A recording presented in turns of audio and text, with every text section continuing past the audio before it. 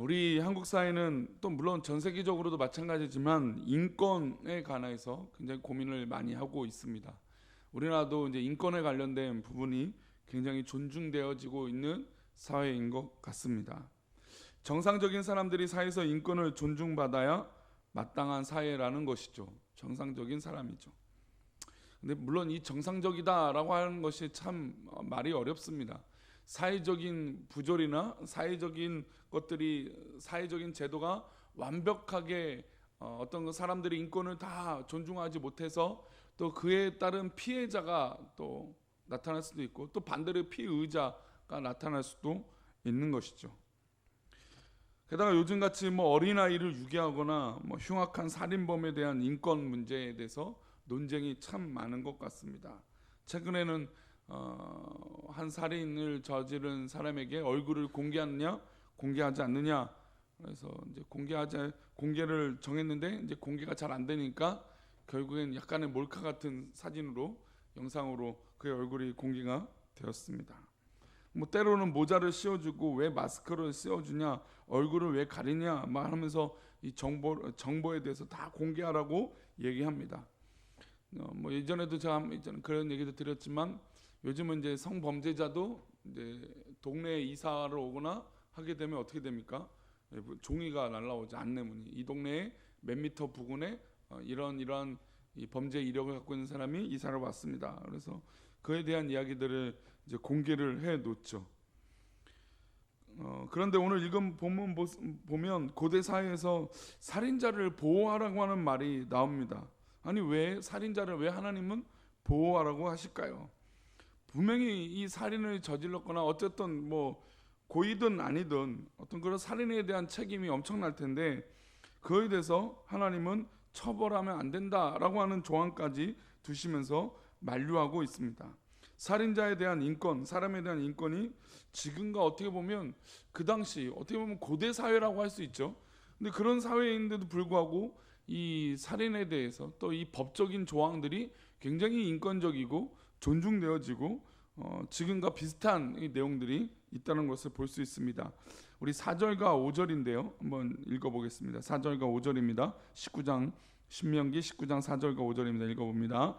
살인자가 그리로 도피하여 살만한 경우는 이러하니 곧 누구든지 본래 원한이 없이 부주 중에 그의 이웃을 죽인 일, 가령 사람이 그 이웃과 함께 벌목하러 살림에 들어가서 손에 도끼를 들고 벌목하려고 찍을 때에 도끼가 자루에서 빠져 그의 이웃을 맞춰 그를 죽게 함과 같은 것이라. 이런 사람은 그 성읍 중 하나로 도피하여 생명을 보존할 것이라.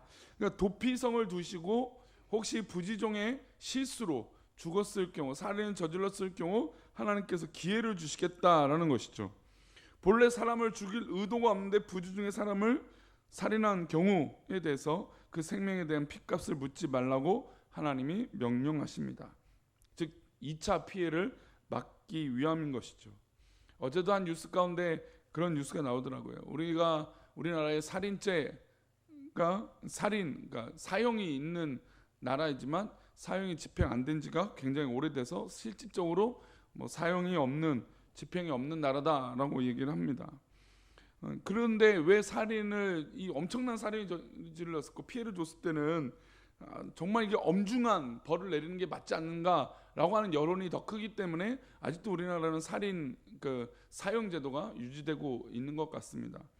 그럼에도 불구하고 이 사형이라고 하는 것을 하지 말라고 하는 의중 중에 사형이 있어서는 안 된다라고 하는 것이 재판부에 대한 절대적인 신뢰를 할 수 없다라는 거죠. 그러니까 명백한 죄가 있음에도 불구하고 혹시 법리적으로나 법적으로 잘못된 적용이 있을 수도 있기 때문에 혹이나 그런 착오가 있어서 사람을 또 다른 살인을, 그러니까 그 사형을 통해서 또 사람을 죽여서는 안 된다라고 하는 이 반대 여론이 있기 때문에 이 사형 제도에 대해서 찬반이 있는 것 같습니다.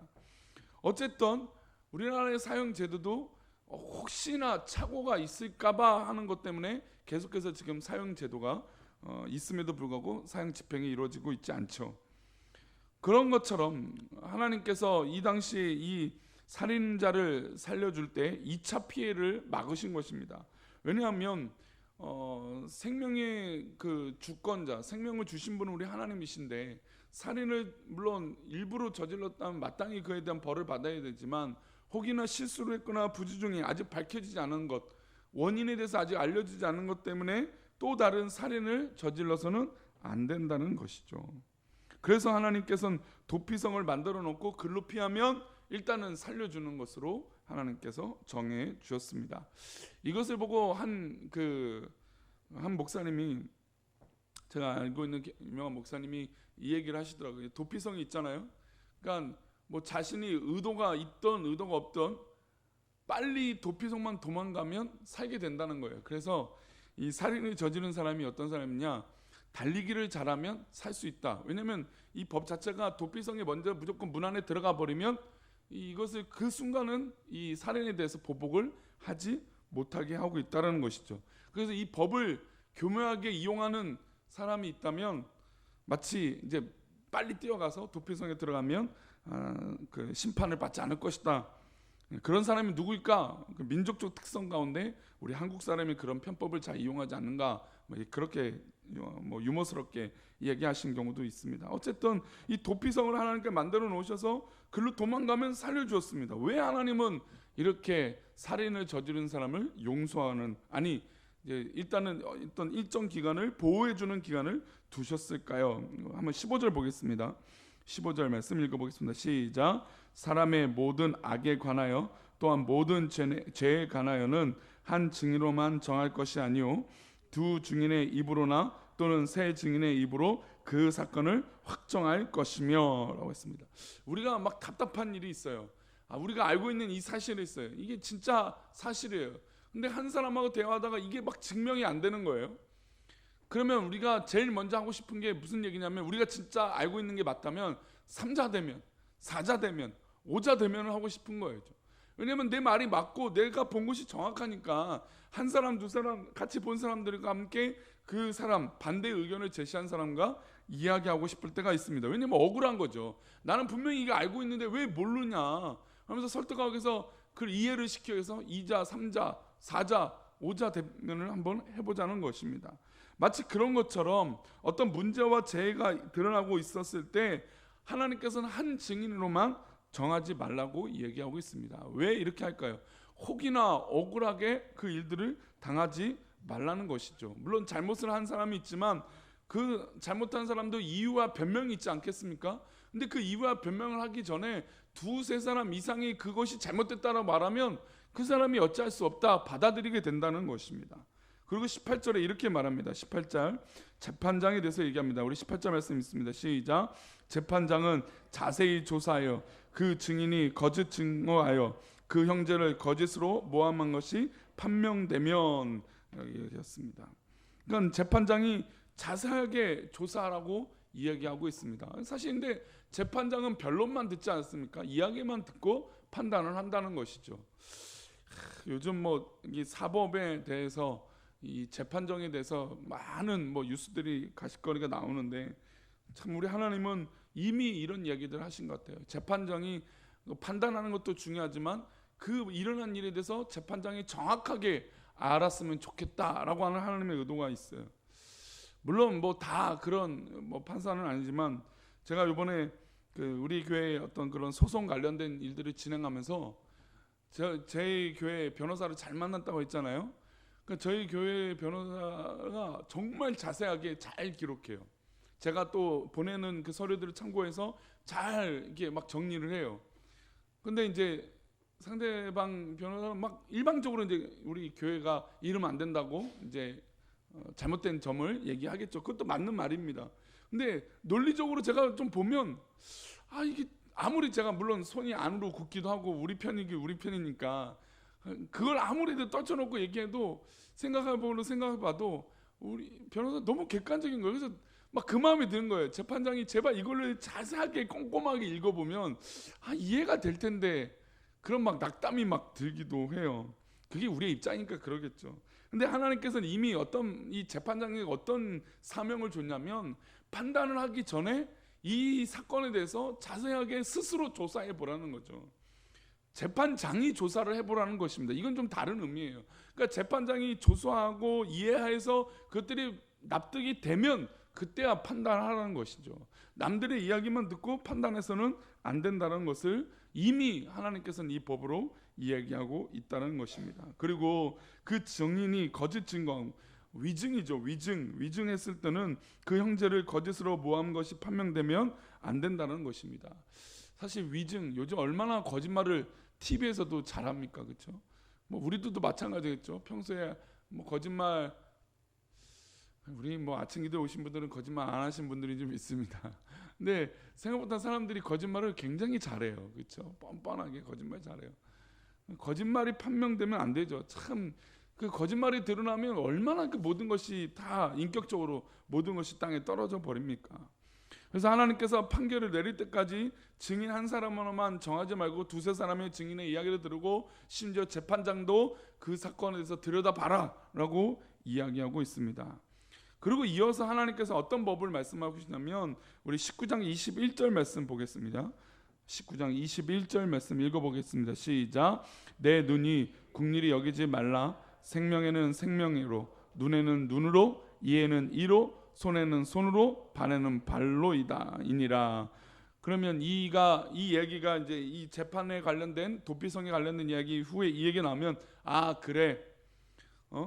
생명은 생명으로 갚아버리고 눈에는 눈, 우리가 잘 알고 있죠. 이에는 이로 갚아버리겠다라고 하는 이 보복 심리의 보복의 말씀이 이 의도가 아닙니다. 이 말씀은 상호주의에 관련된 말씀이에요. 지금 무슨 얘기냐면 죄를 짓기 전에 내가 생명을 해하면 어떤 겁니까? 내 생명도 위태로울 수 있구나.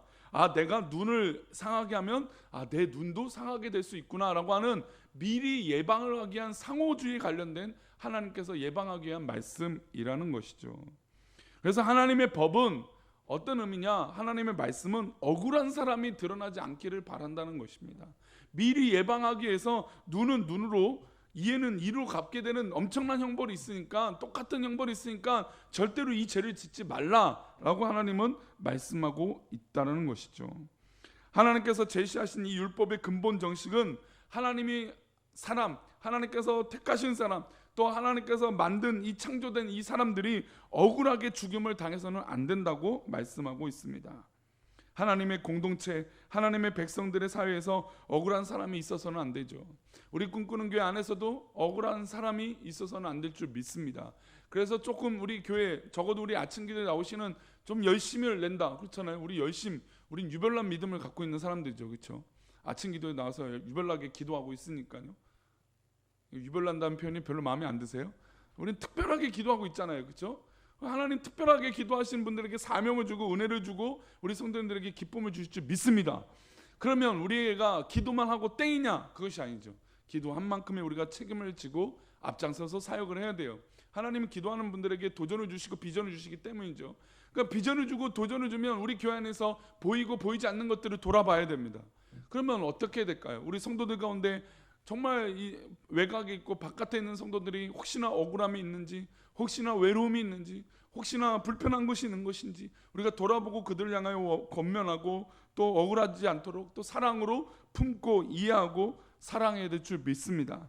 그리고 우리 관계 가운데 오해나 상하거나 억울한 성도가 없기를 정말로 우리 교회가 그런 건강한 교회가 되기를 축복합니다.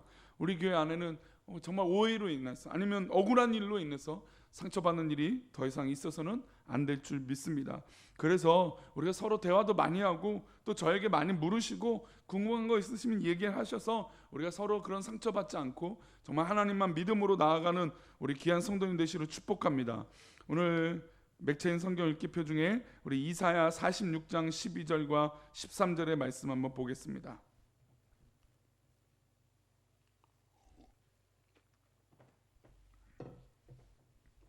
이사야 46장 12절과 13절의 말씀입니다.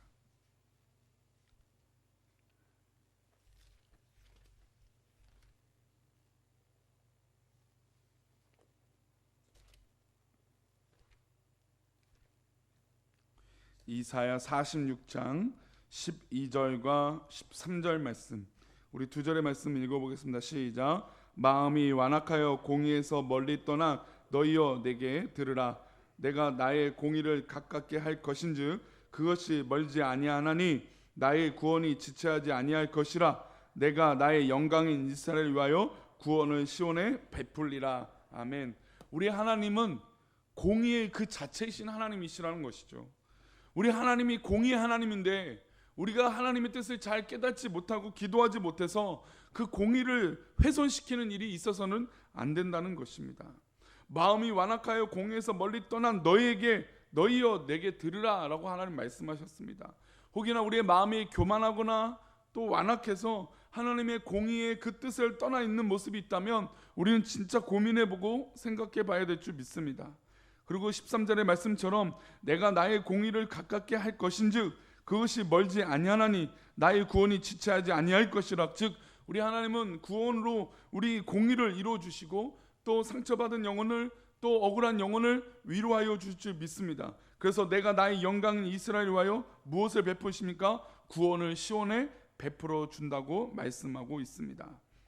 우리 하나님은 공의 하나님이십니다. 우리 꿈꾸는 교회를 통하여 하나님의 구원의 시온, 구원의 꿈꾸는 교회에 베풀음을 받는 놀라운 은혜가 있기를 축복합니다. 그렇습니다. 하나님은 공의의 하나님이에요. 그래서 교회는 도덕과 윤리가 우선은 아닙니다. 우리가 도덕을 위해서 윤리를 위해서 교회가 세워진 것은 아니에요. 복음을 위해서 세워진 것입니다. 그런데 교회는 마땅히 또한 도덕적이고 윤리적이어야만 합니다. 목사도 그렇죠. 목사도 윤리적이어야 되고 도덕적이어야 됩니다. 아니 어떻게 보면 상식적이어야 돼요. 그렇다면 목사도 그렇다면 성도님들도 상식적이어야 되고 도덕적이어야 되고 윤리적이어야만 합니다. 물론 그것이 전부는 아니지만 하나님께서 공의 하나님이신 만큼 또한 억울한 일이 발생하는 것이 원치 않는 우리 하나님이신 것처럼 우리도 억울한 일 없이 정말 속상한 일 없이 공의로신 그 하나님을 본받아 우리 주변에 공의를 행하고 우리 꿈꾸는 교회에 공의를 행하는 놀라운 역사를 경험하시는 우리 사랑하는 성도님들 또 오늘 하루가 되시기를 축복합니다. 기도하겠습니다. 하나님,